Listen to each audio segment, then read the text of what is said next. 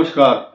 सिंह राशि पर चर्चा करेंगे और सिंह राशि पर बहुत महत्वपूर्ण चर्चा इसलिए है क्योंकि नए नए समीकरण 2025 में सिंह राशि के लिए बनने जा रहे हैं।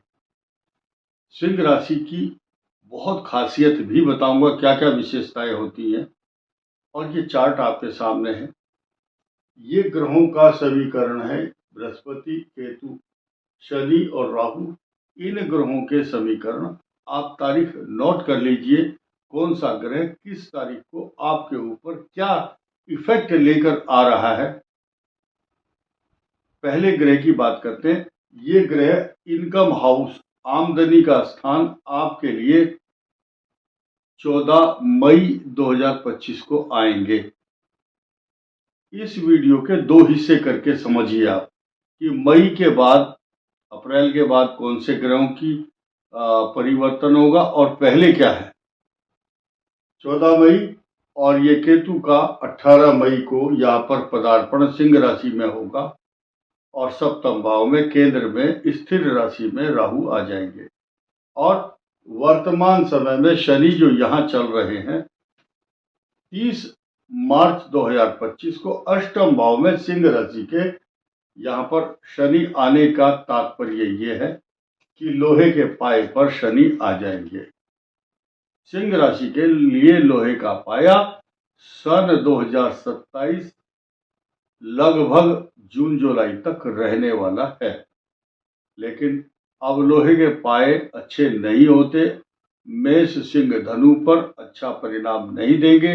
इसलिए ये वीडियो के माध्यम से आपको बताया जा रहा है किस ग्रह का क्या इफेक्ट होगा, उस पर चर्चा होगी। परंतु पहले आप ये समझिए, फाइनेंशियल पोजीशन आपकी मजबूत करने के लिए ये पूरे वर्ष आपके साथ रहने वाले हैं और इसका सकारात्मक प्रभाव आपके संतान भाव, एजुकेशन, विद्या, अच्छी सोच, अच्छी बुद्धि, अच्छी सकारात्मक विचार, दूरदर्शिता।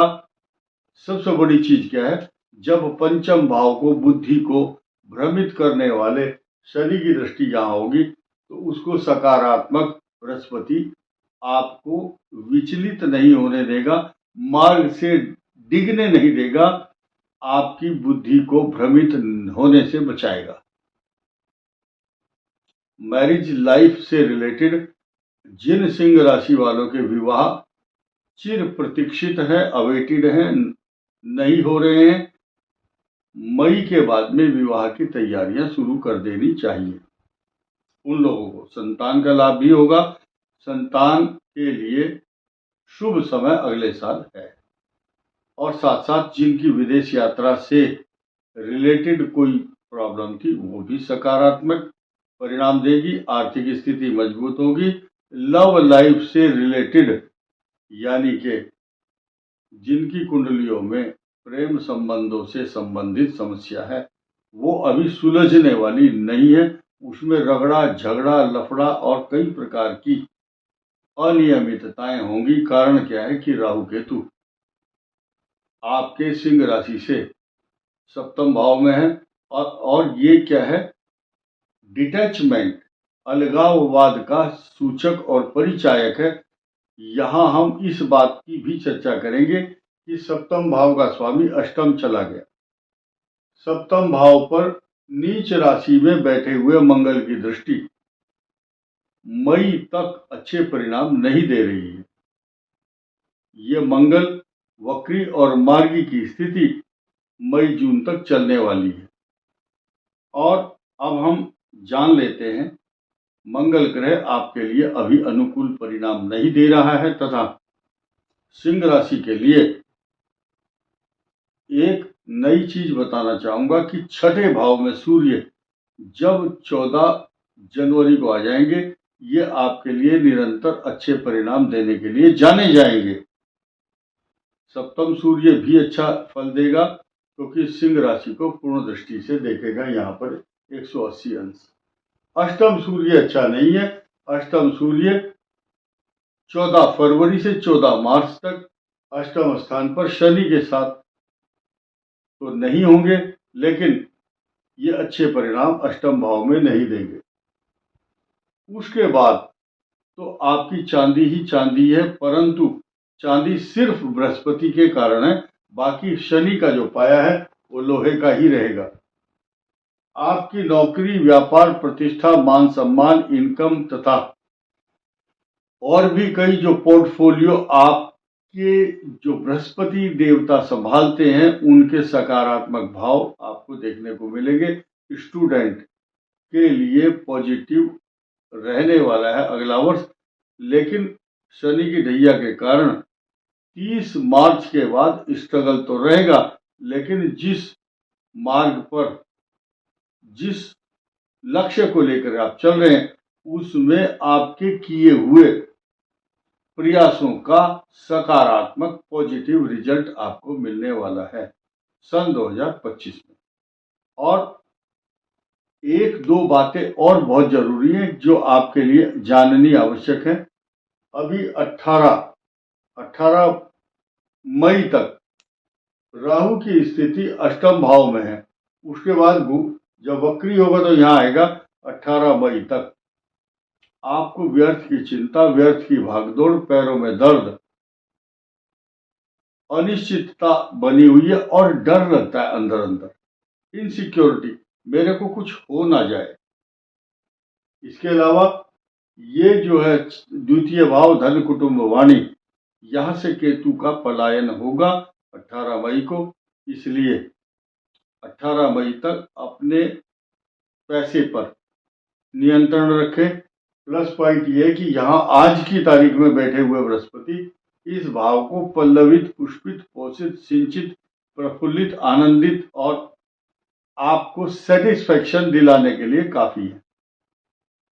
चतुर्थ भाव आपका पीड़ित है क्योंकि इसका स्वामी 12वें चल रहा है और ये पोजीशन अभी इसी आने वाले 6 दिसंबर को जब मंगल वक्री होगा तो सिंह राशि के लिए अगला आने वाला 21 जनवरी तक का पीरियड अच्छा इसलिए नहीं कह सकते, एक तो सुख स्थान का लॉर्ड है, भाग्य स्थान का स्वामी भी है और यहाँ दृष्टि डालता है, तो मैरिज लाइफ को भी सुखी नहीं रखता।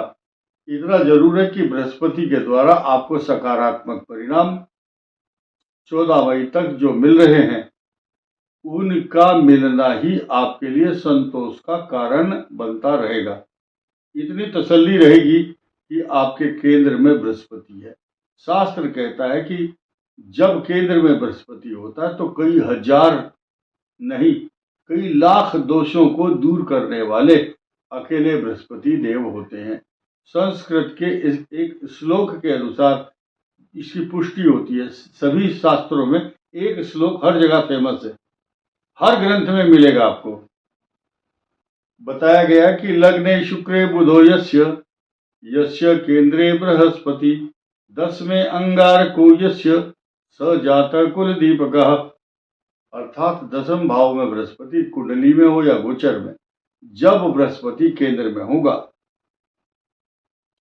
तो बाल न बांका कर सके जो जग बैरी हो। कैसे ही ग्रह कितने ही विपरीत परिस्थितियों में हो, विषम परिस्थितियां हो, बृहस्पति सबके दोषों का निराकरण कर देता है। कारण क्या है? ये त्रिकोण भाव है। त्रिकोण भाव के ग्रहों का जब केंद्र में कोई स्थिर राशि, ये स्थिर राशि, स्थिर, ये चारों स्थिर राशि में सुशोभित होना, केंद्र का स्वामी हो, एक राजयोग का सूचक भी माना गया है। और जैसे कि कोई व्यक्ति कहीं भी जा रहा है, अगर गोलियों की बौछार है, अग्नि है, तूफान है, पानी है, कहीं भी चला जाएगा, कोई संकट आएगा, लेकिन बृहस्पति उसको इस प्रकार रक्षित करता है, सुरक्षित करता है, गोदी में जैसे माँ बच्चे को उठा लेती है, ऐसे सिंह राशि की रक्षा करने के लिए बृहस्पति 14 मई तक विद्यमान हैं और रहेंगे। इसका पॉजिटिव इफेक्ट आपको मिलेगा। और साथ ही साथ मैंने बताया था कि 2 भागों में बांटना है इसको। 14 मई से पहले जो सकारात्मक ग्रह दिखाई दे रहे हैं उनका फल अलग मिलेगा आपको। उसके बाद लाभ स्थान में जब इनकम हाउस में बृहस्पति आओगे तो स्टूडेंट और लड़की लड़के जिनका विवाह नहीं हो रहा है विवाह में सकारात्मक भाव से पॉजिटिव परिणाम देने वाले रहेंगे। जो मैरिज लाइफ से रिलेटेड समस्या है वो मैंने प्रेमी और प्रेमिकाओं के बीच का जो गणित है उसको समझाया आपको, और इसमें जो फैक्टर है वो राहु और केतु उन कुंडलियों के आधार पर बताया गया जिनकी कुंडली में पहले से ही राहु केतु बाधक बने हुए हैं या वर्तमान गोचर में इनके आने से आपकी मैरिज लाइफ को डिस्टर्ब करता है, या जो बच्चे मांगलिक हैं ऐसी स्थिति में अगर कुंडलियां या ग्रह ठीक नहीं मैच कर रहे तो विवाह संभव नहीं होता। साथ ही साथ जब खराब समय हो या शनि की ढैया आपके ऊपर आने वाली है, ऐसी स्थिति में उस मार्ग पर नहीं चलना चाहिए जहां खतरा हो। जिस रास्ते को जाना नहीं है उसके किलोमीटर नहीं गिनना।